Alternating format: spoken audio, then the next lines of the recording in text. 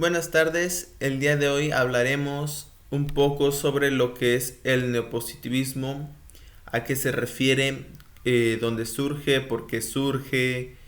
cuál es su idea principal, su fundador y sus máximos representantes, así como los ideales que vienen detrás de este movimiento y por así decirlo su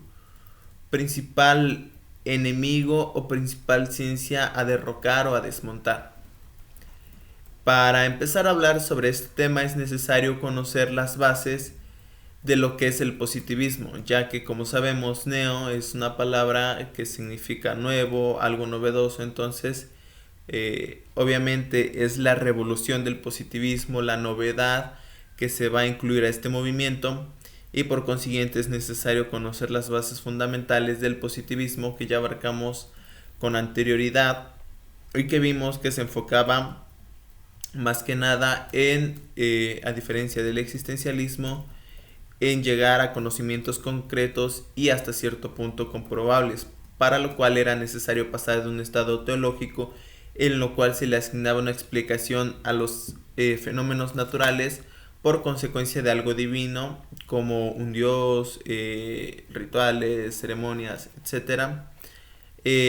Posteriormente se pasaba por un proceso metafísico que era la transición del antedicho al estado positivo, que es el que se basaba más que nada en la observación de la materia de la naturaleza y derivado de ello se daban las nuevas teorías que conducirían a un conocimiento comprobable científicamente,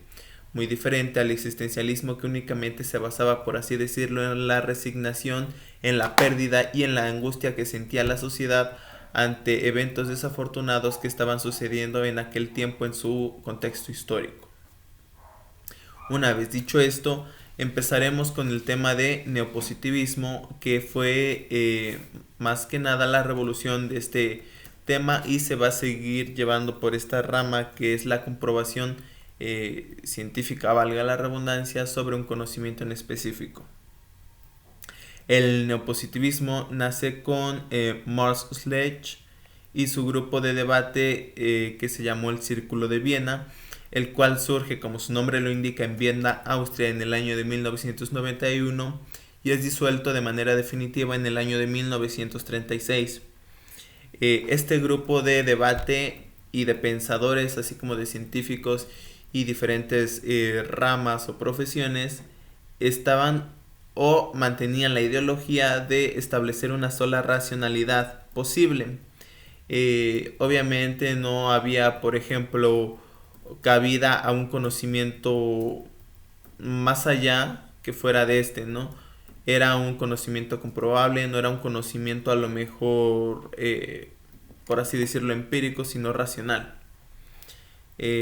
Los Aquellas personas que conformaban el Círculo de Viena o este nuevo movimiento llamado neopositivismo se comprometían a tres principales cosas. La primera era rechazar de manera rotunda la metafísica,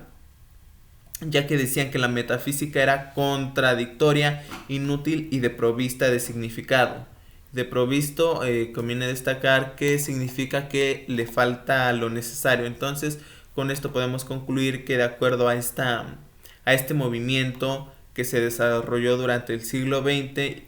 y que busca superar obviamente el positivismo, hace referencia a que la metafísica no tenía lo necesario para ser una ciencia que comprobaba un posible conocimiento. Por consiguiente era inútil y contradictoria, ya que al querer formular respuestas únicamente lo que formulaba era ignorancia, muy contrario a lo que quería, que era conocimiento. Entonces era la primera clave, la primera regla para el Círculo de Viena o los seguidores del neopositivismo para pertenecer a este grupo de pensadores. Era rechazar totalmente la metafísica. En segunda instancia tenemos el buscar el conocimiento desde el fisicalismo. El fisicalismo es la rama de la filosofía que está dentro, es la rama de la filosofía que únicamente puede atribuir conocimiento a lo que es comprobable por medio de su existencia física. Volvemos a lo antedicho, por ejemplo, no puede haber un conocimiento de un dios si no podemos verlo físicamente. Entonces, el hecho de que yo pueda estar ahorita sentado en una silla es un hecho verificable, un hecho que es comprobado porque está aquí respaldado por su existencia física. Entonces es lo que decía el fisicalismo, que únicamente lo existente en presencia física es lo que puede llevarnos o guiarnos a un conocimiento verdadero, no más allá de eso. Entonces buscaban el conocimiento por medio de lo que era comprobable de acuerdo a su existencia física en nuestro plano terrenal, por así decirlo. No había cabida a un posible conocimiento o estudio de algo divino, de algo que no podemos ver, tocar, oler, etc. Solo aquello que estuviera presente físicamente en nuestro entorno podía ser objeto de estudio y por consiguiente creador de múltiples conocimientos para nuestra sociedad. El tercer punto era compartir criterio de verificabilidad. Esto hace referencia a que si alguno de estos integrantes hacía un descubrimiento notable o sobresaliente sobre algún estudio fisicalista, pues este criterio de verificabilidad o lo que lo hacía aparecer como real era compartido a todos los demás integrantes para que todos pudieran comprobarlo por sí mismos y así llegar a la conclusión de que este conocimiento era verdadero. Si la mayoría o todos llegaban a la misma conclusión, obviamente el conocimiento era avalado por este círculo de Viena y posteriormente pasado por medio de información al resto de la sociedad.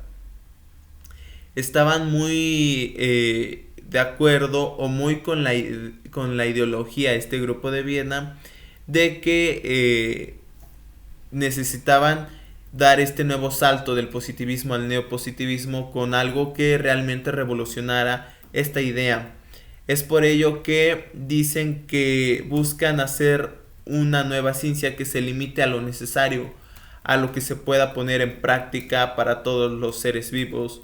especialmente obviamente la raza humana, y por consiguiente, de acuerdo a que el conocimiento se debe limitar a lo necesario, este debía surgir de la experiencia inmediata o el lenguaje, ya que esto era necesario para nuestra comunicación y nuestra subsistencia en la vida. Entonces es por eso que se dice o se conoce que el neopositivismo nace de la experiencia o el lenguaje, porque es lo que va a ser necesario para avalar un cierto estudio y por consiguiente conocimiento de acuerdo a estos rasgos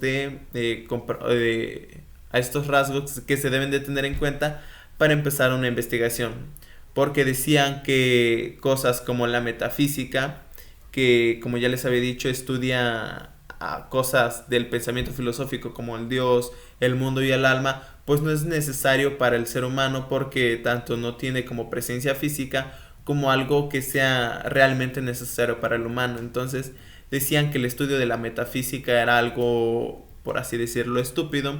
Entonces ellos querían hacer un conocimiento que fuera realmente necesario y eficaz para las personas. Entonces por eso tenía que ver con la experiencia inmediata, porque debía de verse relacionado con nuestra experiencia y cómo lo podríamos aplicar en nuestro día a día, y el lenguaje porque el lenguaje representa un medio de comunicación y de necesidad para el ser humano como lo es la expresión. Entonces no solamente se había enfocado en avances, por así decirlo, científicos, que es difícil de entender para la población en general, sino también del lenguaje para poder mejorar esta expresión verbal y de comunicación. Entre sus principales representantes están, como ya lo mencioné, el creador del Círculo de Viena, Mort Schlecht, también Rudolf Carnap, Ludwig, Hans Rauschenbach, entre otros muchos más. Y conviene destacar que una característica del neopositivismo es que todo queda subordinado de acuerdo a la observación. Entonces esta es la clave más importante del neopositivismo, porque no se puede observar lo que no existe. Esta es una característica que podemos ver que surge del positivismo, pero que el neopositivismo arrastra y lleva una nueva variante de comprobación científica en la cual ya se emplean métodos más avanzados, más complejos y de mayor raciocinio para los los pensadores de esta época. Entonces, a manera de resumen, podemos decir que el positivismo termina en el momento en el que se llega a un estado positivo, que es la observación y por consiguiente el estudio de la naturaleza de acuerdo a lo que observamos y a lo que comprobamos por medio de experimentos, pero el neopositivismo lo lleva más allá a lo que es servible, necesario realmente, y lejos de hacerlo del neopositivismo que únicamente se enfocó en su estudio, este trata de desarraigar de toda posibilidad de conocimiento aquellas ciencias que no comparten su idea, como la metafísica, porque era considerada inútil y una pérdida de tiempo.